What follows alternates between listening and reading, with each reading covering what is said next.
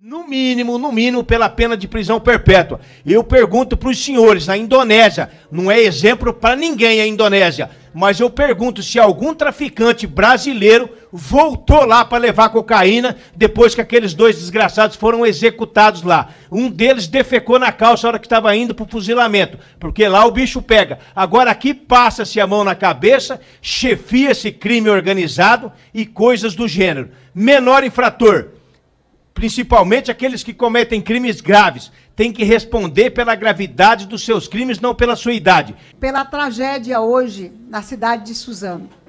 Dá um aperto enorme no nosso coração a gente assistir aquilo. Antigamente se ligava a televisão e cenas como aquela aconteciam nos Estados Unidos e em outros países, não no Brasil. Então, para nós é muito dolorido a minha solidariedade de toda essa comissão para as famílias, para as vítimas, porque nós não queremos esse Brasil. E a mim me assusta muito o que pode acontecer mais na frente com relação às propostas de armar o Brasil cada vez mais. Eu não estou convencida de que esse é o nosso caminho. Eu não estou convencida de que esse é o nosso caminho. Então, senhor presidente, aqui nessa Comissão de Segurança Pública, nós vamos ter que ajudar o Brasil a encontrar caminhos e a dar resposta à agonia do nosso povo, que também não aguenta mais a insegurança de ser comandado por dentro dos presídios. De dentro dos presídios, que viraram faculdades do crime, eles estão comandando o crime nos bairros das cidades acreanas. A insegurança das fronteiras. Eu sou de um estado de fronteira, junto com a minha querida colega, deputada Mara Rocha, somos do Acre.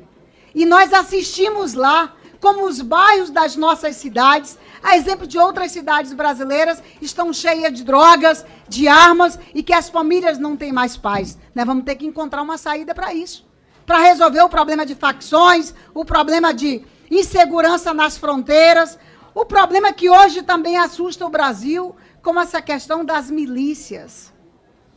As milícias que acabaram de ser presas agora recentemente, atrasados depois de um ano, os assassinos de Marielle, mas o Brasil quer saber quem mandou matar essa moça, quem mandou matar a vereadora. É preciso saber. Eu assisti nos jornais, senhor presidente, eu vi. A imprensa está dizendo ali, salvo engano, eram 116 fuzis novos, diretos da fábrica. Eu sou meio leiga, mas acho que ali tinha pelo menos R$1 milhão em fuzis, inclusive utilizado pelas Forças Armadas Americanas. Essa comissão precisa perguntar, nós precisamos saber como é que isso entrou no Brasil, qual é o rastreamento disso, é preciso fazer do dinheiro desses fuzis. Então, colegas parlamentares, eu estou aqui para somar esforços, junto com os demais colegas parlamentares, para a gente encontrar resposta para a agonia do povo brasileiro que quer andar na rua com segurança. Mas andar na rua com segurança não é o Estado brasileiro botar nas costas do cidadão comum a sua responsabilidade de se defender com a arma na cintura. Eu não acredito nisso. Eu fui deputada aqui com o presidente da República, deputado Jair Bolsonaro, e eu me lembro de um relato que ele fez quando ele foi assaltado, o bandido tirou tudo da mão dele, inclusive a arma. Muitos militares, policiais e também de outros segmentos que eu admirava antes e estou aqui lado a lado, podendo compartilhar ideias e projetos. A maioria dos deputados falou um pouquinho de cada coisa que eu iria falar, mas primeiro, audiência de custódia. Audiência de custódia é um abuso contra o cidadão de bem. O cidadão de bem vítima, para chegar na presença de um juiz, de um promotor, muitas vezes demora meses. O bandido chega com 24 horas. Eu, por exemplo, tô assinando por 24 meses, pagando R$100 por mês para a Justiça Federal, porque chamei 3 vagabundos de gordo, gordinho e Robocop, fui denunciado na merda da audiência de custódia, tô respondendo essa porcaria. Quer dizer, se não fosse essa audiência, ele estava trancafiado lá, não ia me caguetar. Mas em todos os casos, tudo bem.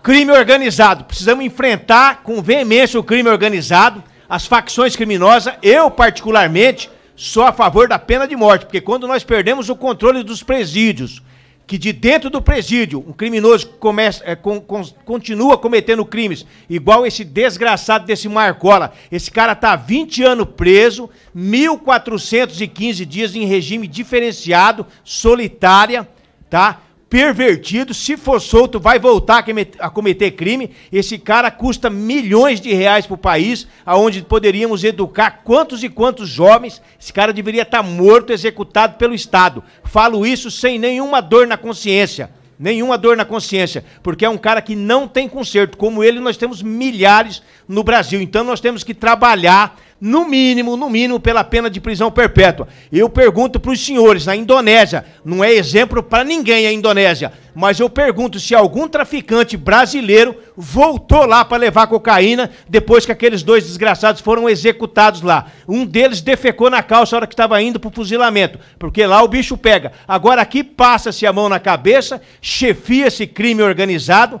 e coisas do gênero. Menor infrator, principalmente aqueles que cometem crimes graves, têm que responder pela gravidade dos seus crimes, não pela sua idade. Matam, estupram e fica por isso mesmo. E dão risada na cara da polícia. Peguei menores com 5, 10, 15 quilos de cocaína e crack, drogas de alto poder destrutivo, e duas senhoras do Conselho Tutelar fazendo a sua parte, fazendo o seu serviço, estavam ali, levaram eles antes de eu terminar de assinar o flagrante. Fiquei até às 10 na delegacia e saíram às 9. Levaram para casa da mamãe. Então, quer dizer, um abuso, um tapa na cara da sociedade. Então, eu penso que nós, à frente de uma comissão importante a segurança pública, o senhor citou aí, porque, embora eu sempre enalteça a educação, a saúde, precisamos de trabalhar nesse sentido, não adianta nada nós termos hospitais de primeiro mundo, escolas de primeiro mundo e sermos assassinados num semáforo. Então, quer dizer, segurança pública é prioridade absoluta.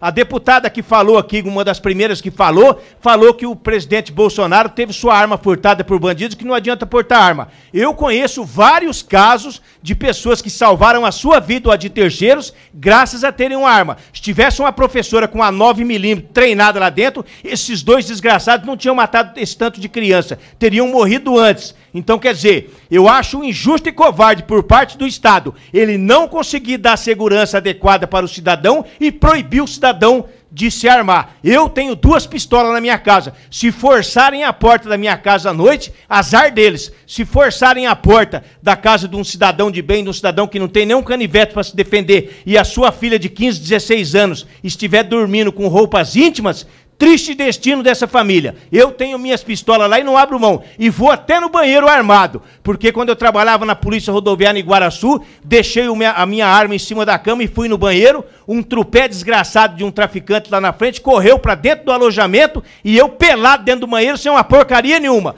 Outro dia que eu fui entrar com arma, o polícia falou, vai se matar? Falei, não, vou tomar banho, mas com arma? Eu falei, claro, vai ficar do lado da patente, não tem problema nenhum.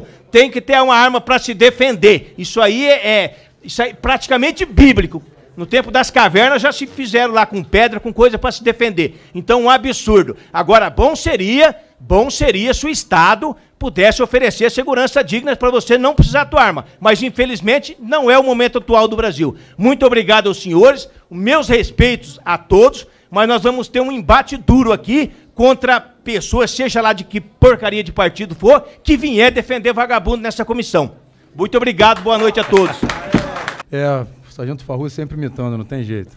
O que ele fala é exatamente aquilo, é chumbo no rabo de vagabundo, isso aí não tem conversa. Ele mencionou a deputada que falou anteriormente, provavelmente ela não é policial e não convive com a realidade que nós aqui convivemos. A maioria aqui são policiais e operaram em campo. Eu coopero, Major Fabiana e Sargento Gurgel, na área mais conflagrada do Brasil, que é o estado do Rio de Janeiro. Ali é a vitrine da violência no mundo.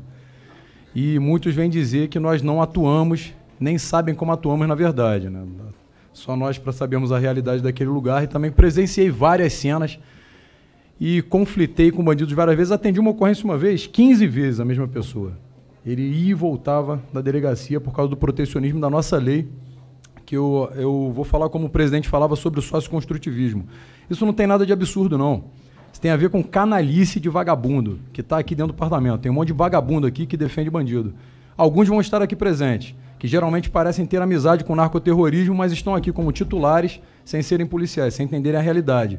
E vão vender o vitimismo aqui mais uma vez. A deputada disse que nos Estados Unidos tem muitos ataques como esse. Se você parar para estudar de fato, o fato é que nos Estados Unidos acontece sempre em locais que não é permitido o uso de arma de fogo. Não temos ataques onde é permitido o uso de arma de fogo.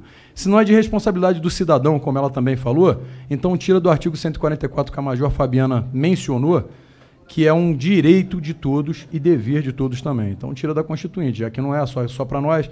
Se é só para o policial proteger o cidadão não tem direito à autodefesa, então aumente-se em 45% no mínimo em cada estado brasileiro para que nós tenhamos o efetivo para defender o cidadão de fato. Agora, para vir aqui falar um monte de asneira e dizer que a polícia mata desenfreadamente ou oferecer audiência de custódia para vagabundo, não dá mais. Aqui a gente não está mais para ser hipócrita, porque aqui não tem ninguém brincando, nenhum amador. Então o que eu quero fazer, como o Sargento Farrur deixou muito claro, o nosso embate aqui vai ser bem firme para combater, inclusive vagabundo que está aqui no parlamento. Tá bom, gente? Muito obrigado. Obrigado, Daniel Silveira.